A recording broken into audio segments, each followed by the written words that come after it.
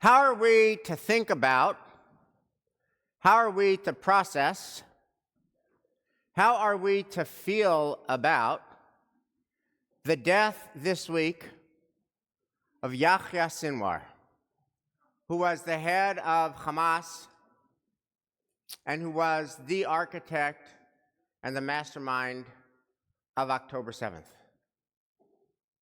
Of course, Sinwar's death raises lots of practical, political issues.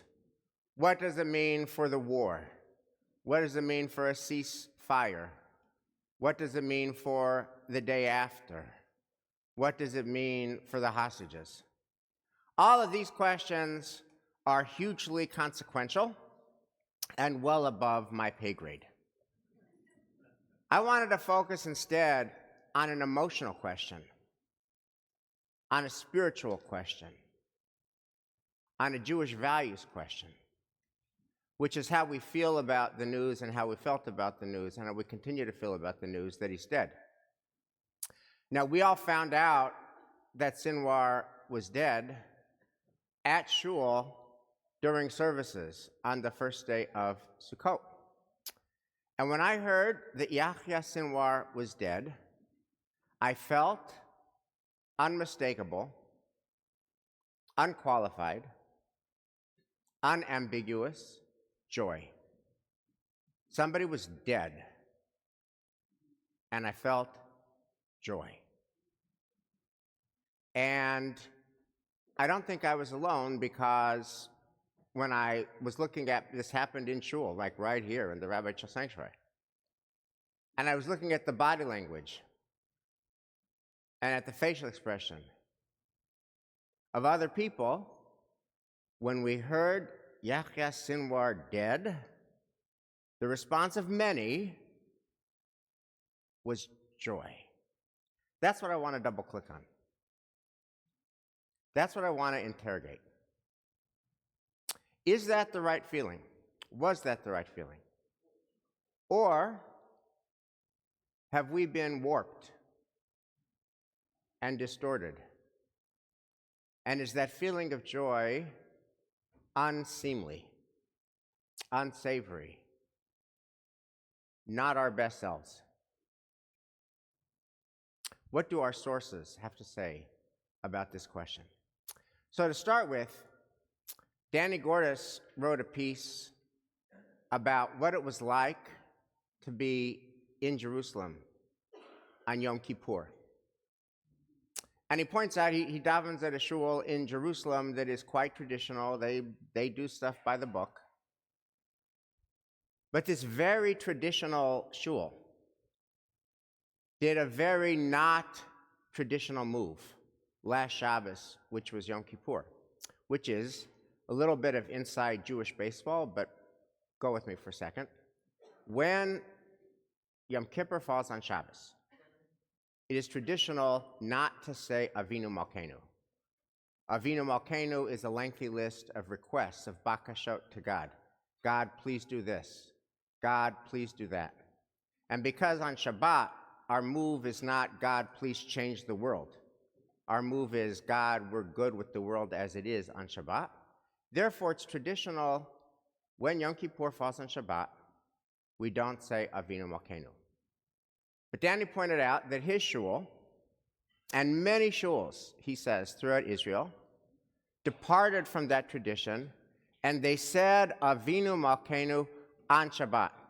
Furthermore, it was just so obvious that they should say Avinu Malkeinu on Shabbat that there wasn't even an explanation. Nobody needed to say, hey, wait a minute, it's Shabbos, why are we saying Avinu Malkeinu? Everybody just got it.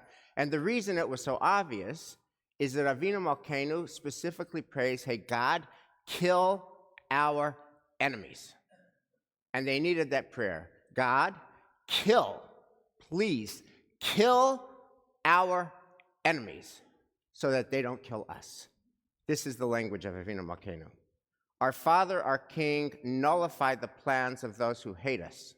Our Father, our King, thwart the counsel of our enemies. Our Father, our King, tear up the evil decree against us. Our Father, our King, be gracious to us and answer us and save us Our Father, our King, help the IDF kill Yahya Sinwar. So at some level, when the IDF killed Yahya Sinwar, that was the answer of a very deep, very special prayer. And the question is, when that happens, is feeling joy the right move? So there is not one, but two prayers that we say every day. We say every day, and the essence of the prayer is to feel exuberant and unqualified joy at the death of our enemies. So the first one is Shabbat Shira, or Shira, the Shirat Hayam. The Israelites go through the Sea of Reeds. They get to the other side. Then they see the Egyptians and the Pharaoh and the cavalry dead, dead, dead. And what do they do with dead, dead, dead Egyptians? They sing. Israel saw the Egyptians lying dead on the shore of the sea. Then Moses and the people Israel sang this song to Adonai. I will sing to Adonai, mighty and majestic triumph. Horse and driver God has hurled into the sea. Pharaoh's chariots and army God has cast into the sea.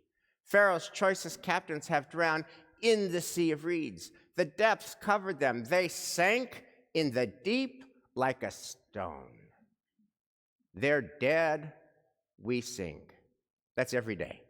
That's every day we say that. And there's another prayer right after the Shema and before the Amidah, another prayer, our enemies are dead, yea. Here it goes.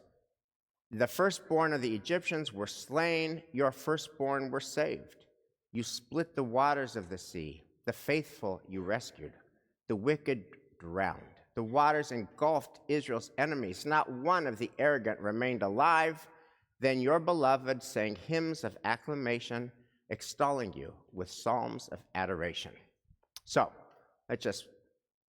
where are we here in this conversation? If the Siddur expresses core Jewish values, then a core Jewish value seems to be we express joy at the death of our enemies. And if that is the case, then the death of Yahya Sinwar would seem to occasion joy for two different reasons. First, he has the blood of a lot of Israelis on our hands. He has the blood of all those who were murdered and kidnapped and were the victims of sexual assault on October 7th, that is on Sinwar's hands. He has the blood of all of the fallen soldiers, Israel's beautiful fallen soldiers who have died this year fighting this war. That's on his hands. Infinite, infinite pain, infinite blood of the Israeli people is on his hands. But that's only one reason. He also has the blood of so many Palestinians on his hands. As you all know, the war has resulted in the deaths of tens of thousands of Palestinians. It has resulted in Gaza being reduced to rubble. It has resulted in massive dislocation of Palestinians. And as you know, you've all read about this, that Sinwar is good with that death. In fact, he specifically casts the death of Palestinian civilians as martyrs, as shaheeds. Eventually, that is going to change the political perception of Israel, which it already has throughout the world, and eventually it's going to change support for Israel in America, and then it is going to allow his ultimate dream, which is the destruction of Israel, and all the dead Palestinian civilians. That is just the cost that has to be paid for the ultimate goal of the death of Israel. So, Sinwar has the death of Israelis, and he has the death of Palestinians, and he has infinite pain on both sides on his moral account. And therefore, if those values of the Siddur are right, the joy that I felt, the joy that many of us felt, feels appropriate. And yet, that's only half the story.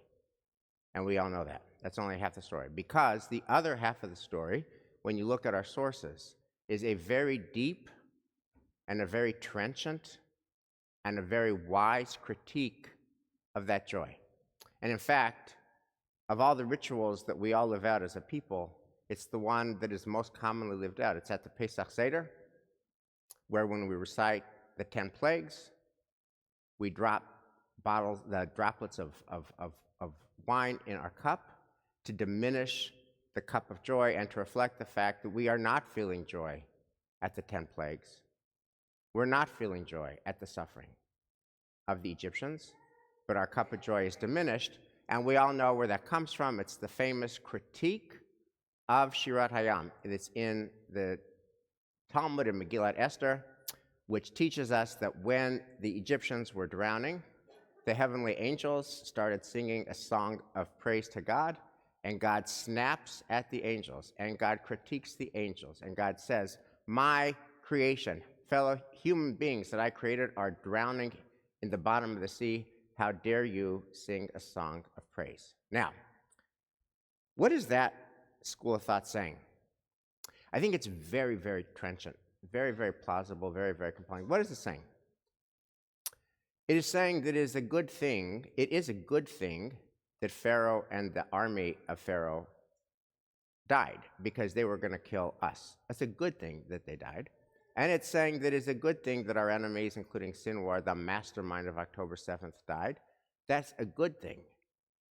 But a good thing is not a joyful thing. And joy is the wrong emotion. Sadness is the right emotion. Relief and sadness that we live in such a world that this kind of violence, that this kind of destruction, that this kind of endless sadness, that this kind of endless loss of life is the way it is. That is sad. That is not to be celebrated. That is not to be rejoiced. That is to be lamented, that we have to live in such a world where such violence is necessary, and that's why we diminish the cup of joy. So, how do we put all this together, and what does it mean for how we think about Sinwar's death this week? Is it possible that the joy of Shirat Hayam is valid, and that the critique of the joy of Shirat Hayam is also valid? Is it possible that we felt something like joy at Sinwar's death, and that we acknowledge that that joy is unsavory and unseemly and unworthy? And I think the answer to all these questions is yes. So how do we put all this creative tension together in one coherent worldview? Here's my best attempt. What is our ultimate prayer? What is our deepest prayer? When we turn to Hashem, what is it that we pray most for? What is it that we care most about? It is true that in a time of war, we do pray for the death of our enemies. That's why Danny Gordis' shul and many shuls said Avinu Malkeinu on Shabbos, on Yom Kippur. But that's not our ultimate goal. The death of our enemies is a means to an end. It's not the end. The end is a world of peace. We glorify life. We don't glorify death. Our ultimate prayer is not, God, thank you for helping the IDF kill Sinwar. That's not our ultimate prayer. Our ultimate prayer is, God, can we now pivot towards a different world? Can we now pivot towards a better world? Can we now pivot towards a world of more peace? How that happens, when that happens, the necessary steps to make it happen, well above my pay grade. That's the work of our political leaders on all sides, that they could come together with a world that is more peaceful for all sides. But there can be no question, we're in a shul, on a Shabbos, and on Sukkot. Our deepest spiritual aspiration is not for death, even of enemies. Our deepest prayer, our deepest goal, our deepest dream is for peace. And that is why Rabbi Shimon ben Chalafta says the following.